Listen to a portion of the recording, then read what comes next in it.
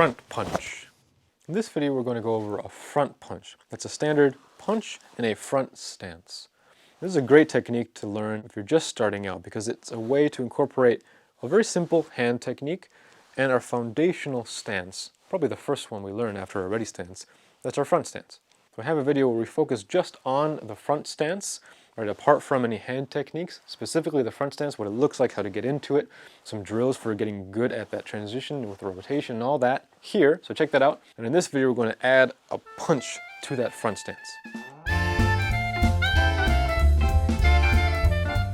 So in order to punch, we need a fist. So the way our style makes a fist, start with our hands open, curl our fingers down and in until you can't see the fingernails, then the thumb is going to rest on top. This is the best place for it because of the safety of the thumb, for the integrity of the fist, and for its application value as a grip when we end up pulling it back. And we'll see that our hand comes back here as the other one fires out. And we'll take a look at the application of that. So before we add the stance in, let's just look at what the hands are doing. And so if I have my fists, I want to start with my left side for the strike. And so in order to prepare for my punch, it's going to end up out here. I actually want to start with it pulled back to my side. Now this is a prepare. It's cocked, it's ready to go, and it's going to push forward. But then what's this guy doing? Well, this one's going to pull back. And so in practice, as the drill, as we're practicing this motion down the floor, we actually want to prepare with sort of the opposite of what it's going to end up. And so my left hand that will throw the punch is going to start back here. And the right that's going to end up back here is going to start in front. It's aiming at my target. You can punch wherever, but for now we're just going to focus on the solar plexus, which is that squishy part between your ribs and under your sternum. That's the solar plexus, and that's going to be our target. You can also punch to the face, you can punch to the groin, you can punch really wherever you want. But there are more and less effective places. For now, we'll just go right in the middle, a middle punch. So from here, what I want to do is this fist is upside down, starting palm up, and it's going to turn at the last second. If you think, what might hurt more, a pinch or a pinch and a twist?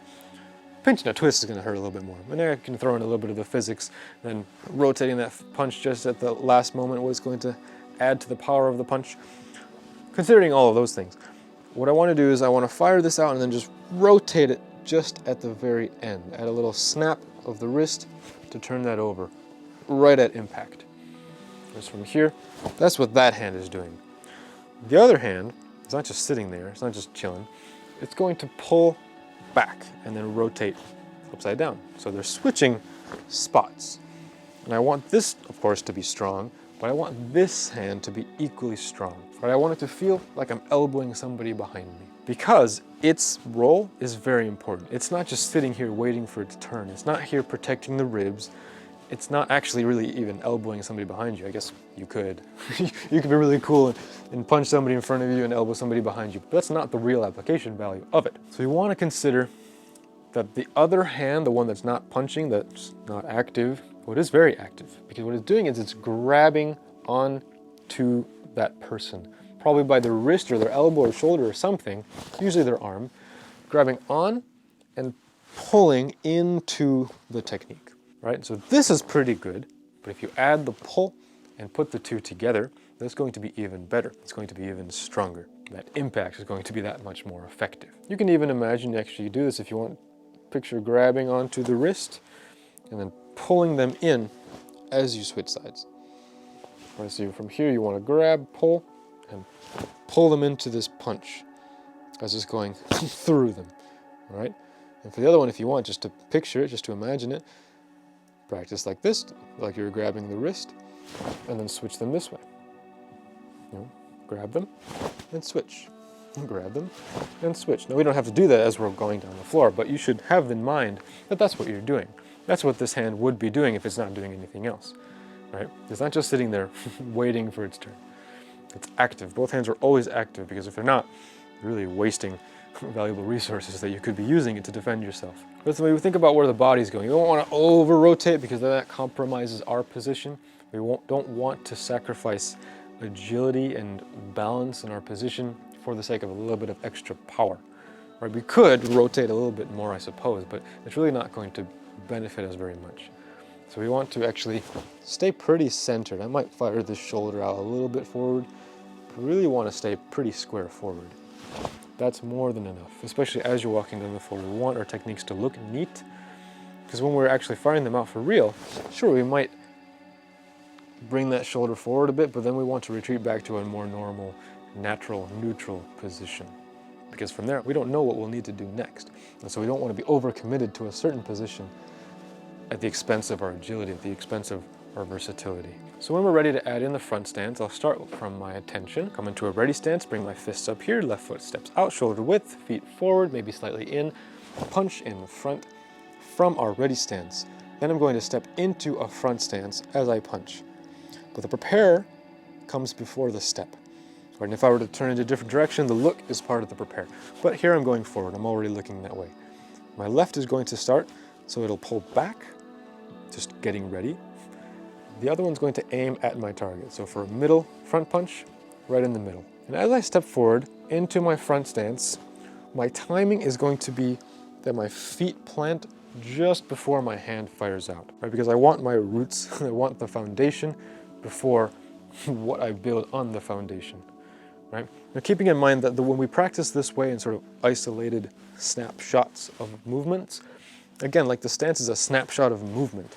It's a snapshot of something dynamic. It's like a thumbnail of a video. It's just a slice of time, or a slice of the tomato is not the whole tomato.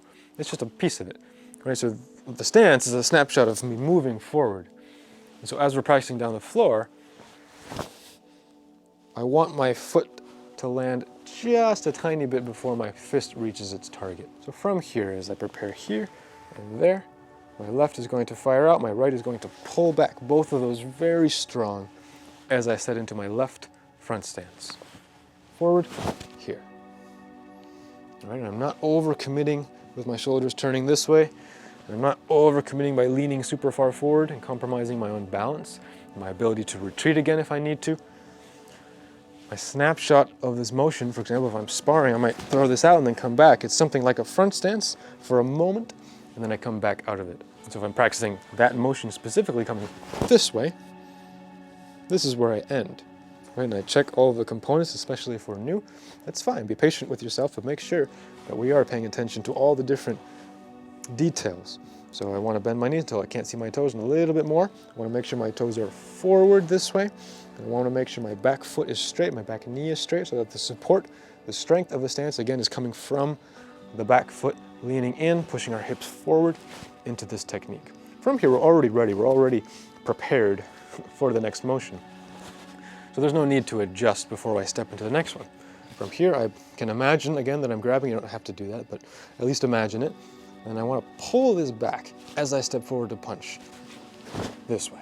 Now, as you get the hang of that, you get more coordinated as you bring our legs and arms together in a sort of integrated technique.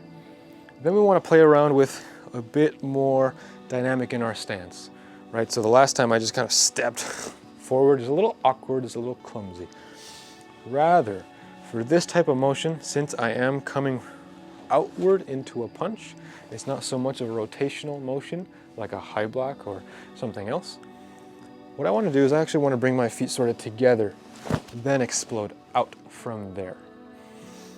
And so I bring my feet together and then come out, because this is very much forward. There's not a whole lot of rotation with a front punch, so I don't need to do, face kind of away and then spring back to center like I would for a high block, for example. Punch goes straight forward, but there is still a bit of more explosivity if I come in and then back out. So even from the first one then, keeping that in mind, we can bring our feet sort of together and then explode back out as we punch. So I bring my feet together and then out. Right? And some styles exaggerate this, and some people make fun of this, but it's actually a decent way to train if you know what its purpose is they'll lift up and explode back out of it. They'll lift up, explode back out of it. They might even smack their legs to really make it obvious that that's what they're doing. But it's because of that. So bring your weight in so you can explode back out with dynamism and strength.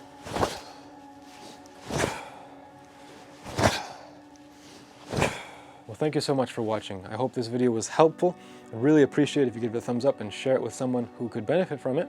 So I actually made a part 2 to this video where we cover a simple but common mistake that a whole lot of people, I'd say the majority of people, when they're just learning the punch, make.